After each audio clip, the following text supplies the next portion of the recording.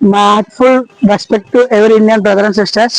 మా అందరికీ తెలిసిందే 5 రోజుల క్రితం ప్రవీణ్ పగడాల గారు చనిపోవడం జరిగింది. అయితే కొంతమంది మాత్రం మత విద్వేషాలు, మత గొడవలు వచ్చే విధముగా కొన్ని వీడియోల ద్వారా చేస్తున్నారు. ఒకసారి చూడండి. జై శ్రీరామ్. అందరికి నమస్కారం అండి. Hey girls, hi. అయితే ఈ రోజు ఎవడి గురించి ఉన్నాడు కదా, పగడాలి గారు.